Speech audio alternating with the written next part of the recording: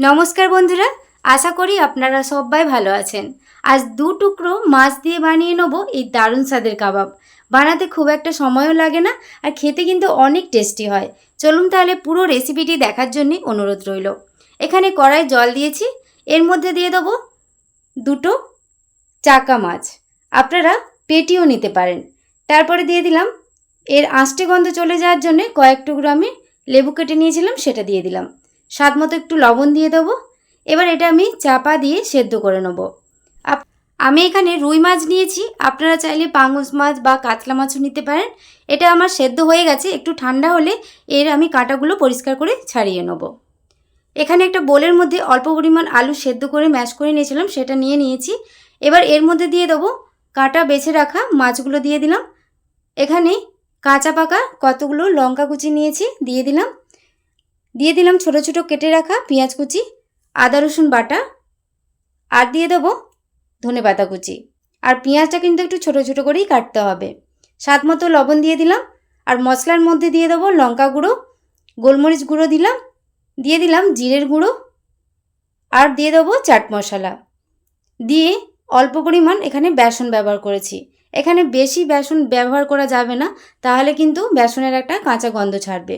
অল্প পরিমাণ বেসন দিয়ে ভালো করে সব উপকরণগুলোকে মেখে নিচ্ছি। দেখুন এখানে মাখা হয়ে গেছে, একটা ডোয়ের মতো হয়ে গেছে। এবার হাতটাকে আমি ধুয়ে নেব।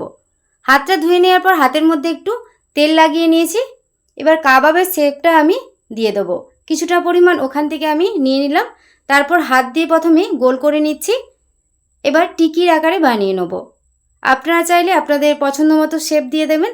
আমি এখানে গোল টিকির আকারে বানাচ্ছি, আপনারা চাইলে চৌকো শেপও বানিয়ে নিতে পারেন। দেখুন এইভাবে সবগুলো আগে বানিয়ে নিচ্ছি। এখানে একটা বাটির মধ্যে একটা ডিম ফাটিয়ে নিয়েছি। এবার ভালো করে একটা চামচ দিয়ে এভাবে ফেটিয়ে নিলাম। ফেটানো হয়ে গেলে কড়াই আগে থেকে তেল গরম বসিয়ে দিয়েছিলাম। তেলটা যখন ভালোভাবে গরম হয়ে যাবে, গ্যাসের ফ্লেমটা মিডিয়াম ফ্লেমে রেখে এক একটা কাবাব আমি ডিমের ব্যাটারের মধ্যে চুবিয়ে তেলের মধ্যে দিয়ে দিচ্ছি। আপনারা চাইলে ডিমের ব্যাটারের মধ্যে চুবিয়ে ব্রেড ক্রামের কোটিং করে নিতে পারেন, তারপরে ভেজে নিতে পারেন। সবগুলো দিয়ে দেওয়ার পর এবার হাই টু মিডিয়াম ফ্লেমে উল্টে পাল্টে একটু লাল লাল করে ভেজে নিতে হবে।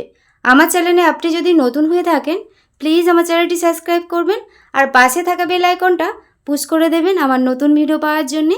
ফেসবুক পেজ থেকে যদি দেখে থাকেন, প্লিজ আমার ফেসবুক পেজটা ফলো করে দেবেন। এরকম ব্রাউন কালার করে ভাজা হয়ে গেলে এই কাবাবগুলোকে এবার আমি তুলে নেব।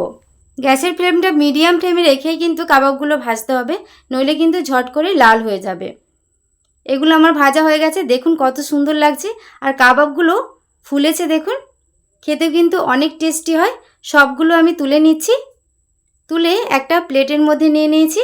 একটু ভালো দেখতে লাগার জন্যে একটু সাজিয়ে নিলাম। তৈরি হয়ে গেল 2টো মাছ দিয়ে দারুণ স্বাদের ফিশ কাবাব রেসিপি। আপনারা বাড়িতে অবশ্যই বানাবেন, খেতে দারুণ টেস্টি লাগে। রেসিপিটি ভালো লাগলে প্লিজ একটি লাইক, কমেন্ট, শেয়ার করবেন। আজকের মতো রেসিপিটি এ পর্যন্তই। সবাই খুব ভালো থাকবেন। ধন্যবাদ।